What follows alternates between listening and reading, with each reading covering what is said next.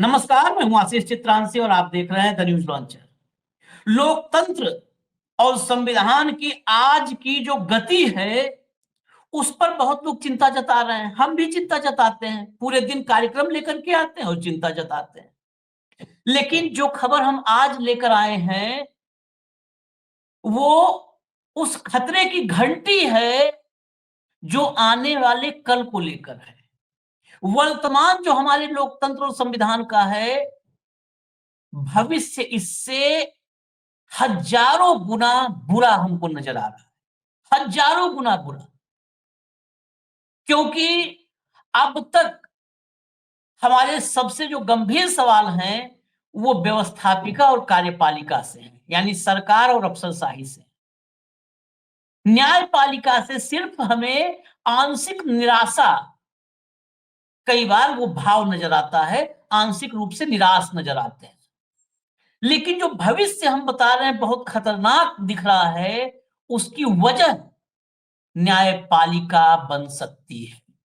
क्योंकि अगर न्यायपालिका को लेकर के देश में निराशा का भाव आ गया, न्यायपालिका को लेकर के उम्मीदें छोड़ दी, तो फिर लोकतंत्र खत्म। वही न्यायपालिका है जो प्रहरी बनकर के लोकतंत्र की प्रहरी बन के खड़ी है। ये खतरे का संकेत, आप खबर सुनेंगे तो आप खुद चौंक जाएंगे। दरअसल सुप्रीम कोर्ट पर खबरें करने से लोग कतराते हैं। सत्ता में बैठे लोग, मोदी के इकोसिस्टम में बैठे लोग सुप्रीम कोर्ट को गरियाते हैं, चीफ जस्टिस को नहीं बख्शते, लेकिन उन पर न्यायपालिका भी खामोश होती है। संजीव खन्ना, कितनी गालियां दी थी निशिकांत दुबे ने, उन्होंने कहा नहीं, इससे हमें फर्क नहीं पड़ता। गवई पर जूता चला, गवई ने कहा नहीं, आगे हम बढ़ते हैं, नहीं हमको उस मैटर में पढ़ना है। लेकिन आम आदमी सोचता है कि अगर हम बोलेंगे तो हमको तो लपेट देंगे क्रिमिनल डिफेमेशन में। कोई बात नहीं है। अगर यही बलिदान है तो इस बलिदान को देने के लिए मैं तैयार। सुप्रीम कोर्ट पर क्यों ना बात करें, आने वाले चीफ जस्टिस सूर्यकांत, जो अगले चीफ जस्टिस हैं, उनको लेकर के इतने गंभीर मामले हैं, आप यकीन नहीं कर पाएंगे। सूर्यकांत की शिकायत गवई को गई है। गवई तो बस अपने टाइम काट रहे हैं, बस अब रिटायरमेंट, अब जुमा जुमा कितने दिन रिटायरमेंट सामने है, चले जाएंगे। उन्होंने पूरा दिन ही काटा है अपना। सूर्यकांत आएंगे, सूर्यकांत की शिकायत गवई के पास, एक नहीं कई शिकायतें जा रही हैं। हम आपको शिकायत भी दिखाएंगे। और ये सब दिखाने की वजह क्या है, वोट चोरी पर आज एक याचिका लगी थी, उस पर पता है क्या किया है सूर्यकांत जी ने? सूर्यकांत और बागची की पीठ में थी, याचिका खारिज कर दी। याचिकाकर्ता वकील ने कहा साहब चुनाव आयोग नहीं सुन रहा है। सूर्यकांत ने जवाब भी नहीं दिया, कहा याचिका खारिज। क्या चल रहा है सुप्रीम कोर्ट में, जरा लाइए स्क्रीन पर बलराज मलिक साहब को। स्वागत है मलिक साहब आपका। जी नमस्कार नमस्कार। सुप्रीम कोर्ट से जुड़े हैं मलिक साहब। मैं उनके पास चलूं, लेकिन आपको पहले फैक्ट्स दिखा दूं, मैं दर्शकों को फैक्ट्स दिखा दूं, खबरें दिखा दूं। वो खबर देख करके और फिर सुनिएगा आप मलिक साहब को। लोकसभा चुनाव में वोट चोरी का मुद्दा उछाल रहे थे राहुल गांधी, आज सुप्रीम कोर्ट ने क्या कह दिया। अब बड़ा जोरदार लिखा है, क्या कह दिया गोदियों ने, भीतर आपको दिखा देते हैं। इन्हीं के लिखा हुआ, इनका लिखा हुआ, हम कुछ अपने मन से नहीं जोड़ेंगे। हाल के कुछ महीनों में कांग्रेस, खासतौर राहुल गांधी ने भाजपा सरकार पर वोट चोरी के गंभीर आरोप लगाए। बात सुप्रीम कोर्ट तक पहुंची। मामला 2024 के लोकसभा चुनाव के दौरान बेंगलुरु सेंट्रल निर्वाचन क्षेत्र के में कथित तौर पर मतदाता सूची में हेरफेर का है। विपक्ष के नेता राहुल गांधी की तरफ से लगाए गए इन आरोपों की जांच के लिए पूर्व जज की अध्यक्षता में एसआईटी के गठन की मांग वाली जनहित याचिका दायर की गई थी। आज सुप्रीम कोर्ट के जस्टिस सूर्यकांत और जस्टिस जे बागची की पीठ ने बड़ी बात कह दी। अब बड़ी बात नहीं, ये बात चिंताजनक है। इन गोदियों को नहीं फर्क पड़ता। शुरू में ही कोर्ट ने, शुरुआत जैसे ही हुई हियरिंग की, कोर्ट ने याचिकाकर्ता से कह दिया कि वह इस मामले को भारत के चुनाव आयोग के समक्ष ले जाए। इसके बाद जो वकील ने कहा, कोर्ट ने उसे अनसुना कर दिया। ध्यान रखिएगा, अनसुना कर दिया। अगले लाइए भैया, टेक्स्ट लाइए, फटाफट लाइए, बस चेंज करते रहिए। आखिर में सुप्रीम कोर्ट ने बेंगलुरु सेंट्रल सीट पर हेराफेरी के संबंध में राहुल गांधी के आरोपों के लिए एसआईटी से जांच कराने की याचिका पर विचार करने से इनकार कर दिया। याचिकाकर्ता के वकील ने जवाब दिया कि भारत के चुनाव आयोग के समक्ष पहले ही इसे प्रस्तुत किया जा चुका है, यानी शिकायत चुनाव आयोग के सामने पहले की जा चुकी है, लेकिन आयोग ने अभी तक कोई कार्रवाई नहीं की, न कोई जवाब दिया। फिर क्या होता है जरा देखिए आगे। लाइए भाई, फटाफट लाइए, जल्दी, वेट नहीं करिए, आप लाते रहिए। वकील की बात सुनने के बाद भी पीठ ने, यानी सूर्यकांत और बागची ने, मामले पर विचार करने से इनकार कर दिया। सुप्रीम कोर्ट ने यह कहते हुए मामले का निपटारा कर दिया कि याचिकाकर्ता इस मामले को चुनाव आयोग के समक्ष ले जा सकते हैं। सोचिए, याचिकाकर्ता कह रहा है कि उनके समक्ष है, वो सुन नहीं रहे हैं, और सूर्यकांत कह रहे हैं कि ले जाओ, वहीं ले जाओ। हालांकि वकील चुनाव आयोग के निर्णय के लिए एक समय सीमा तय करने की मांग कर रहे थे, लेकिन पीठ ने ऐसा कोई निर्देश देने से इनकार कर दिया। अब जाओगे तो जाओगे भैया कहाँ? पीठ ने आदेश में कहा कि हमने याचिकाकर्ता के वकील को सुना है, हम इस याचिका पर विचार करने के इच्छुक नहीं है, जो कथित तौर पर जनहित में दायर की गई है। अगर सलाह दी जाए तो याचिकाकर्ता चुनाव आयोग के समक्ष अपना पक्ष रख सकते हैं। रोहित पांडे हैं, उन्होंने याचिका लगाई थी। उन्होंने निर्देश देने की मांग की थी कि न्यायालय के निर्देशों का अनुपालन होने और मतदाता सूचियों का स्वतंत्र ऑडिट पूरा होने तक मतदाता सूचियों में कोई संशोधन या अंतिम रूप देने का कार्य न किया जाए। हटा दीजिए इसको, हटा दीजिए। अभी इस पे हम आएंगे, पॉइंट वाइज समझेंगे।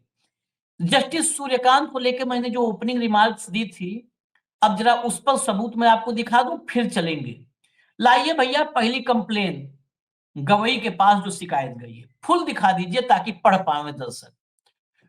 To the honourable chief justice supreme court of India new Delhi, Gavai court के नाम है चिट्ठी। सब्जेक्ट बस खाली पढ़ लीजिए, नीचे तो आप लोग आराम से पढ़ते रहिएगा। Subject, request for interference of honourable the chief justice in SLP number भी देख लीजिए, 3263/2023 for justice due to injustice by mister justice Suryakant as undue benefits generated to his relative Talsem Sharma and others who are not eligible as per advertisement। ये तालसेम शर्मा इनके रिश्ते में है, अभी सब आगे साफ होगा, इनके रिश्तेदार हैं। वो याचिका कैसे एंटरटेन की जा रही है, रिश्तेदार की याचिका अपने पास लेकर के। ये सोचिए आप, मास्टर ऑफ रोस्टर से लेकर के और कहां तक कितना बड़ा खेल है, और उसको कैसे एंटरटेन कर रहे हैं।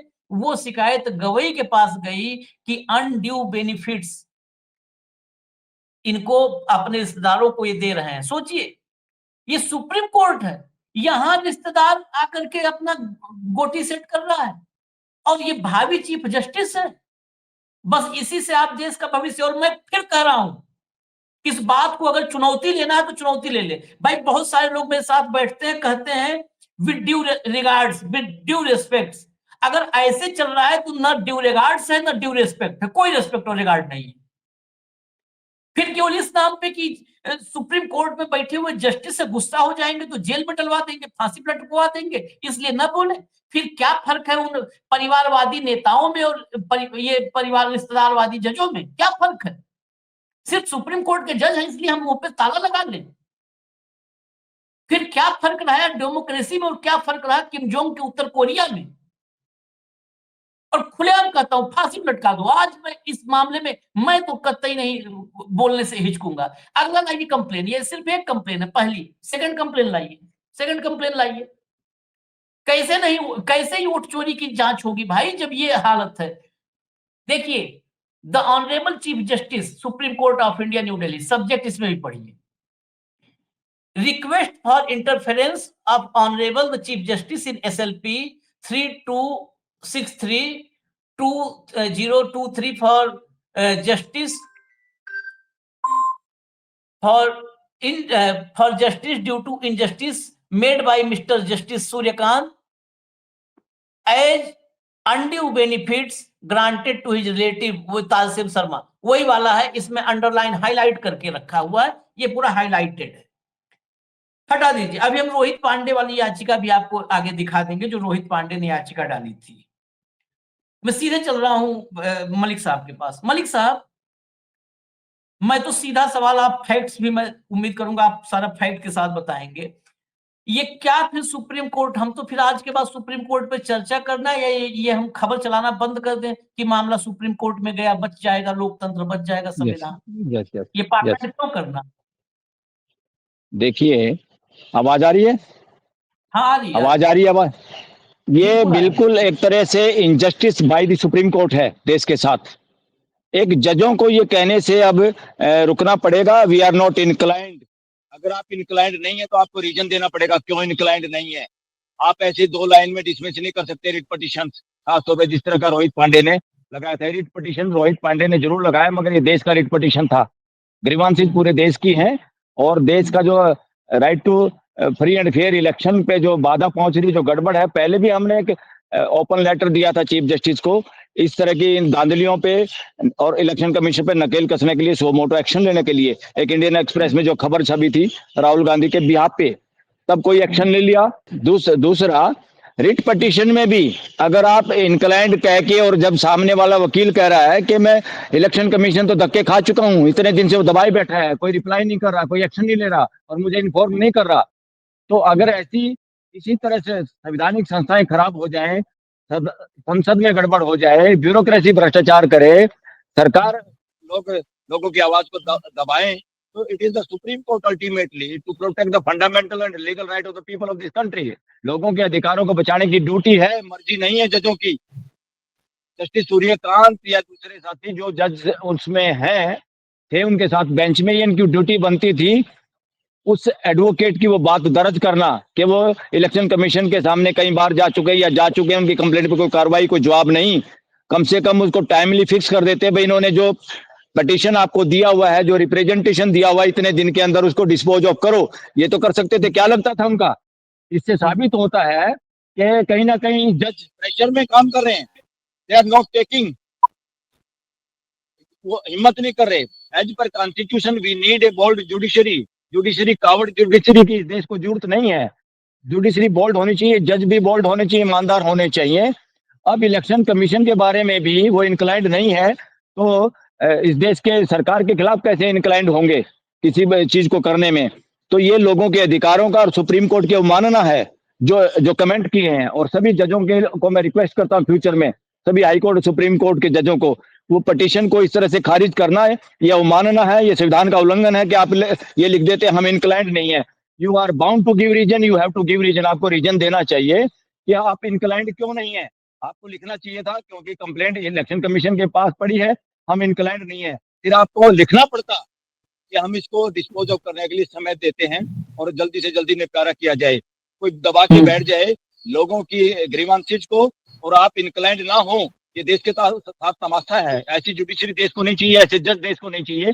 ये देश की तौहीन है, ये संविधान की तौहीन है, ये पूरे देश की जनता की 145 करोड़ की अधिकारों की तौहीन आज कोर्ट के अंदर हुई है। और उनकी पटिशन बहुत अच्छी थी, पांडे की पटिशन का मैं अप्रिशिएट करता हूँ, वो पूरे देश की आवाज थी इस पटिशन के अंदर, और ये इस पे एक्शन लेना चाहिए था। और मैं तो कह रहा हूं अब कम से कम उसको डिसमिस अगर हुई है तो उनको अल्टरनेट को यूज करके तरीका और चीफ जस्टिस को मेंशन करके इस बात को रखना चाहिए। ये गलत है, ये ट्रेंड ही गलत है। हाई कोर्ट और सुप्रीम कोर्ट के जजों का we are not inclined without giving any reason, ये मजाक है जुडिशरी के साथ। ऐसी जुडिशरी सपने में भी किसी ने, हमारी कॉन्स्टिट्यूएंट असेंबली ने और संविधान ने नहीं सोचा। जो आज हो रहा है ये गलत हो रहा है। और मैंने पहले भी कहा, कम से कम जिन जजों को तुरंता फुरंती इसी सरकार के दौरान चीफ जस्टिस बनना है, उनके सामने इतने इंपॉर्टेंट केस मत लगाइए। वो फंडामेंटल राइट के प्रोटेक्शन के केस उनके सामने नहीं मत लगाइए। सरकार के खिलाफ जो बातें हैं उनके सामने मत लगाइए। हमने देखा है ऐसे जज हिम्मत नहीं कर पाते एक्शन लेने के लिए, इसलिए ये बहुत बड़ा क्वेश्चन है इंडिपेंडेंस ऑफ जुडिशरी पे। ये जो आपने एक तारसेम शर्मा वाला भी मामला खोला है, क्या है पूरा मामला? ये Tarsem Sharma and state of Haryana एक केस है जिसमें हरियाणा के अंदर संस्कृत के पोस्ट ग्रेजुएट टीचर की, यानी जो लेक्चरर होते हैं, उसकी पोस्ट निकली हरियाणा के अंदर। और उनका टेस्ट भी हुआ और एडवर्टाइजमेंट में क्लियर था क्वालिफिकेशन होनी चाहिए एमए बीएड इन संस्कृत। और जो लोग एमए बीएड थे उन लोगों को नौकरी दी गई, और जो वेटिंग लिस्ट में पेंडिंग थे किसी ने केस कर दिया, जो संस्कृत आचार्य या संस्कृत के दूसरी क्वालिफिकेशन रखते थे। और सरकार ने भी बाद में कई साल बाद एक अमेंडमेंट कर दिया कि भाई ये दूसरे लोग भी इसमें शामिल किए जाएंगे, जबकि सुप्रीम कोर्ट की कॉन्स्टिट्यूशन बेंच का 5 जजों का फैसला है कि रूल ऑफ द गेम बीच में नहीं बदले जा सकते। इसलिए रूल ऑफ गेम नहीं बदले जा सकते, तो हाई कोर्ट ने उन लोगों की याचिका रद्द कर दी। और वो याचिका वहां से रद्द होने के बाद वो एक आदमी आया यहाँ पे, Tarsem Sharma, state of Haryana and another. तो क्या हुआ, पहला ऑर्डर जो कोर्ट ने किया तो कुल मिला के एक अच्छा ऑर्डर किया as per the constitutional bench order and jurisprudence, जो उन्होंने व्यवस्था दी थी कि रूल गेम के नहीं बदले जा सकते, इसलिए उन्हीं का हक बनता है जो एडवर्टाइजमेंट में जिनके लिए पोस्ट निकाली थी। अगर क्या हुआ उसके आगे बाद में इस बेंच ने जिनकी कंप्लेंट की हुई है, ये एक तरह से कंप्लेंट है जस्टिस सूर्यकांत की, और साथ में अगर है तो साथ में दूसरे साथी भी शामिल है, मगर सूर्यकांत इसमें इसलिए शामिल है क्योंकि तरसेम शर्मा के गांव में इनके भाई की बेटी ऐसा की शादी है, वो कहीं रिश्तेदारी का लिंक है, आसपास पड़ोसी लोग हैं, एक ही गुणगे या ठोड़े के लोग हैं, इस तरह की बात है। और इन बच्चों ने जो हरियाणा के ही हैं, बाकी इन्होंने ये कंप्लेंट की है, जो रिस्पोंडेंट हैं जिनके खिलाफ बाद में ऑर्डर पास किए गए, इन सारे के सारे क्लाइंट ने 4-5 लोग हैं जिन्होंने चीफ जस्टिस के सामने कंप्लेंट की है। अभी तक कोई एक्शन नहीं हुआ। बड़ी बात यह है कि ऐसे सीरियस मामले में कंप्लेंट नहीं हुई और जस्टिस सूर्यकांत ने अपने आप को हटाया नहीं केस से, और बार बार वो ऑर्डर उन्हीं के पक्ष में करते रहे, तरसेम शर्मा एंड कंपनी के पक्ष में। इसके जब ऑर्डर ऐसा किया तो उन्होंने आईए लगाई, इंटरलोकेटरी एप्लीकेशन लगाई कि आपने जो ऑर्डर किए हैं इनको सुधारिए या वापिस लीजिए या इनको एक्सप्लेन करिए, ये ठीक नहीं है, ये कॉन्स्टिट्यूशनल बेंच के फैसले के खिलाफ है, आप ऐसा नहीं कर सकते। कई एप्लीकेशन लगाने के बाद भी हर बार ऑर्डर उसी तरह से इग्नोर करके और चुपचाप, जैसे ये रोहित पांडे का पिटीशन डिस्पोज ऑफ कर दिया बिना सुने, और रोहित पांडे की बात को लिखा तक नहीं उसके अंदर कि भाई हम इलेक्शन कमीशन में गए थे, वो एक्शन नहीं ले रहा इसलिए टाइम बाउंड कर दीजिए, इग्नोर कर दिया, उसका कोई हवाला भी नहीं दिया ऑर्डर में। तो इसी तरह से वो सीनियर वकील, महंगे वकील करते रहे बेचारे, ये क्लाइंट जिन्होंने कंप्लेंट की आखिरकार हिम्मत मार के, वरना जितने रिस्पोंडेंट है सब शिकायत करने वाले थे, कुछ लोगों ने हिम्मत करी और चीफ जस्टिस के सामने एक कंप्लेंट की। पूरी कंप्लेंट आप लोगों के पास है, वही मेरे पास भी है, और मेरे पास तो और भी ज्यादा ईमेल वगैरह भी जो उन्होंने सुप्रीम कोर्ट में की वो भी है मेरे पास। तो बिना आईए के डिसाइड किए आप अगला ऑर्डर नहीं कर सकते। आपके किसी ऑर्डर को चैलेंज आईए में कर दिया है तो पहले आईए को डिस्पोज ऑफ करेंगे आप, फिर आगे कुछ कर सकते हैं।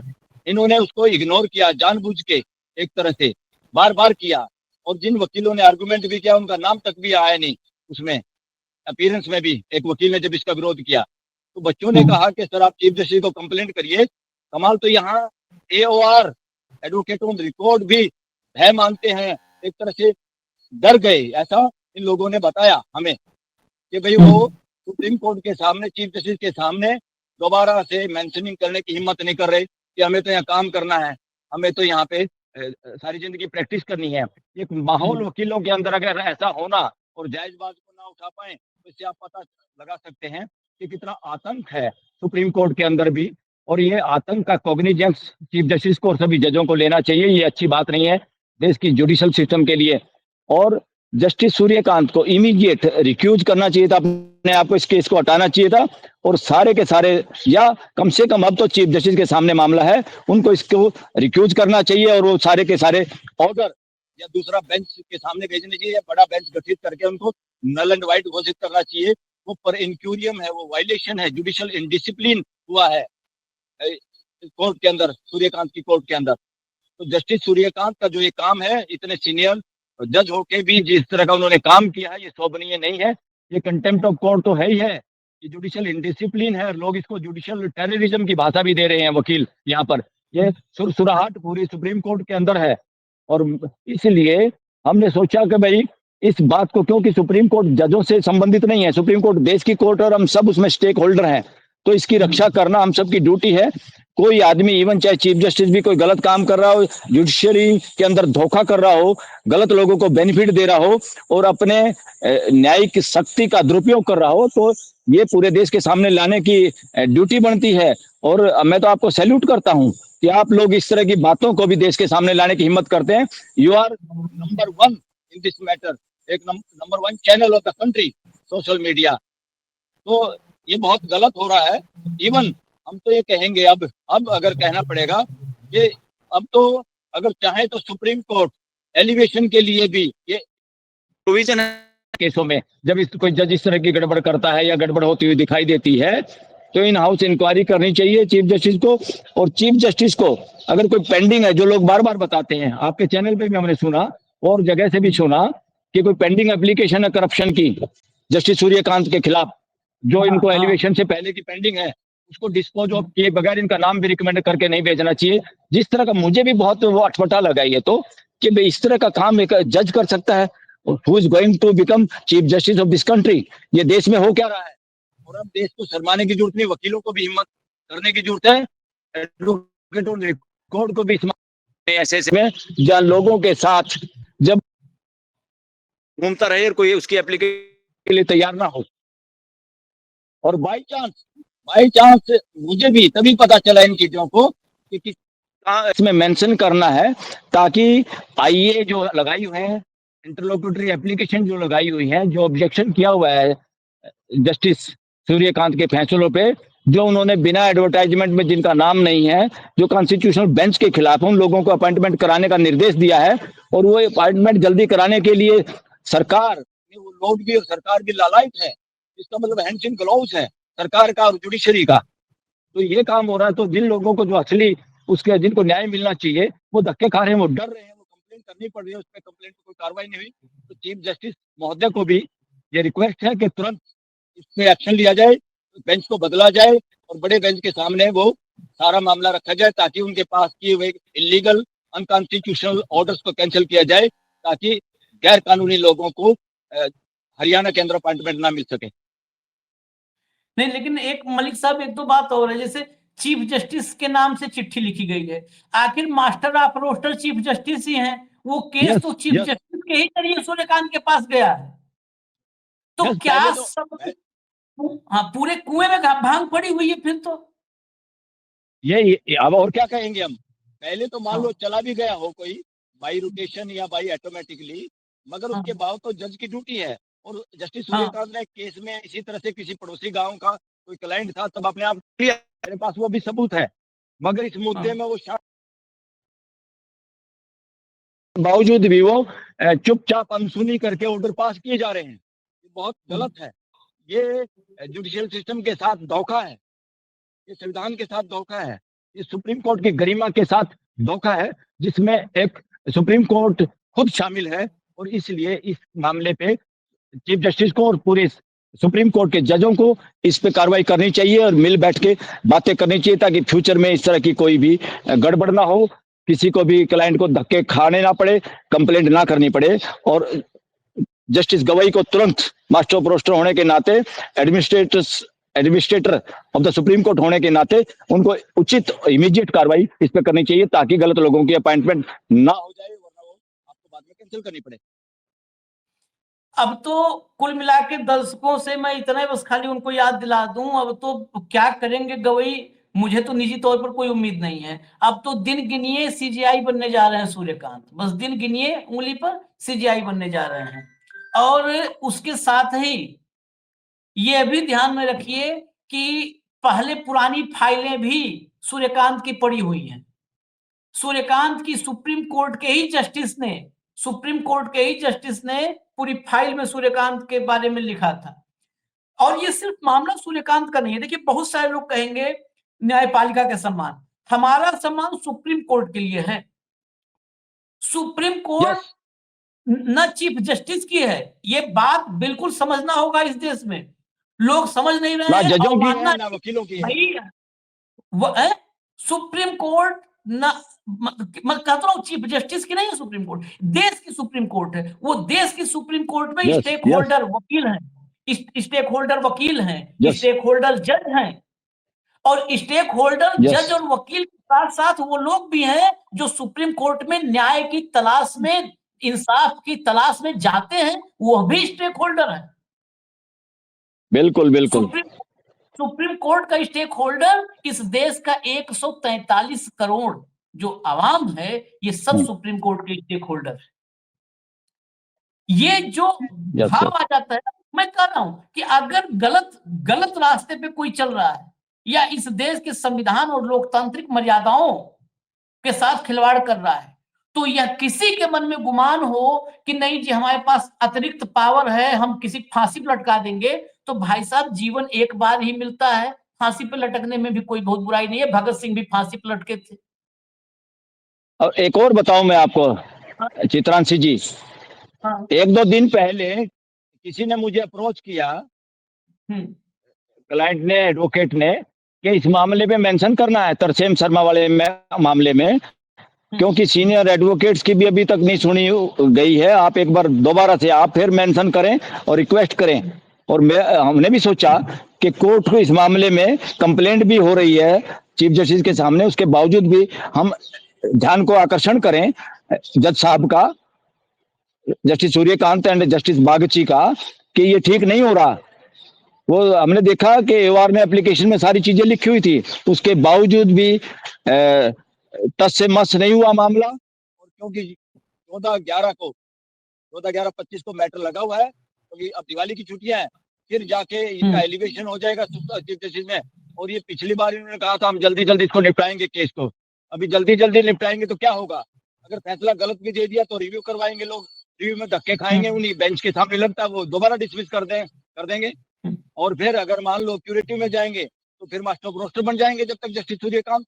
क्या होगा? हाँ? एकदम गड्ढे में गिर जाएगा न्याय। तो इसीलिए ये पूरे देश के सामने और चीफ जस्टिस के सामने, क्योंकि ये देश की कोर्ट है, देश को इसकी गरिमा बनाए रखनी हम सबकी ड्यूटी है, बीइंग एडवोकेट, बीइंग जज, बीइंग पत्रकार, बीइंग सोशल सोसाइटी, और सब लोगों का कि जहां भी इस तरह के, और इवन एडवोकेट साथियों को भी रिक्वेस्ट है कि इस तरह की मामले सुप्रीम कोर्ट में जहां भी हो, हम सब मिलकर उठाएं और हम सुप्रीम कोर्ट की गरिमा को ना गिरने दें। सब लोग इसमें साथ दीजिए। बहुत बहुत धन्यवाद मलिक साहब। और आज देखिए जब बात है सुप्रीम कोर्ट की, तो एक नहीं मामला है, अभी देखिए आज ही हम एक और मामला खोलेंगे जहां पर पिटिशनर को ही नहीं पता है कि मैं सुप्रीम कोर्ट में मैंने पिटिशन दाखिल किया है। एक विपक्ष की सरकार को फंसाने के लिए सुप्रीम कोर्ट में एक मामले में हियरिंग चल रही है, और याचिकाकर्ता उसने बताया है कि मुझे पता ही नहीं है कि सुप्रीम कोर्ट में मेरे नाम से याचिका लगी है। It is also serious matter. ये बहुत गंभीर मामला है, इसीलिए बार बार कहता हूँ एक ही थाली में न्यायपालिका, कार्यपालिका और व्यवस्थापिका एक ही थाली में खा रहे हैं, और मीडिया उसका जूठन और चाट। ये एक और ऐड करूं, पीछे पता नहीं आपके चैनल में किस चैनल पे मैंने देखा कि जस्टिस सूर्यकांत गए हुए थे मुख्यमंत्री के पास, हरियाणा के मुख्यमंत्री के घर पे। अरे भाई कोई सरकारी प्रोग्राम था तो चलता है, अदरवाइज सुप्रीम कोर्ट के जज को किसी सीएम का पर्सनल डिनर, लंच, चाय पीना, दैट इज नॉट गुड। और वो सिग्नल नहीं देता, वो कोई गलत सिग्नल भेज रहा है सोसाइटी के अंदर। क्या हो सकता है दाल में कुछ काला हो, कुछ पक रहा हो, खिचड़ी कुछ पक रही है, क्या खिचड़ी है वो देश के सामने आना चाहिए। अदरवाइज जजों को इस तरह के पॉलिटिशियन और नेताओं के घरों पे जाने से बचना चाहिए, या उसको देश के सामने बताना चाहिए हम क्यों गए थे।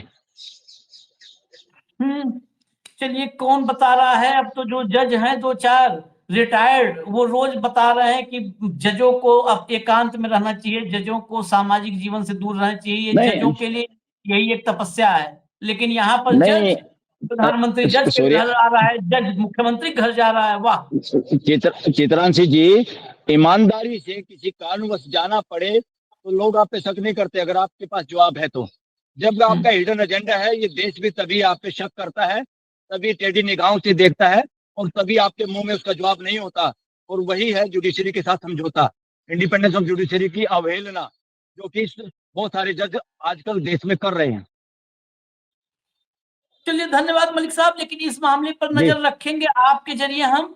आप उस पर नजर रखेंगे, हम इसको दिखाएंगे, लेकर के आएंगे। और जी फिर आखिर जी मैं जी कह रहा हूं, सुप्रीम इस कोर्ट के तरह लिए से हमारा पूरा सम्मान है, लेकिन सुप्रीम कोर्ट इस देश की न्यायपालिका में बैठ करके, अपेक्स कोर्ट में बैठ करके अगर कोई ये सोचे कि उस पर सवाल नहीं उठेंगे, तो ये गलतफहमी है।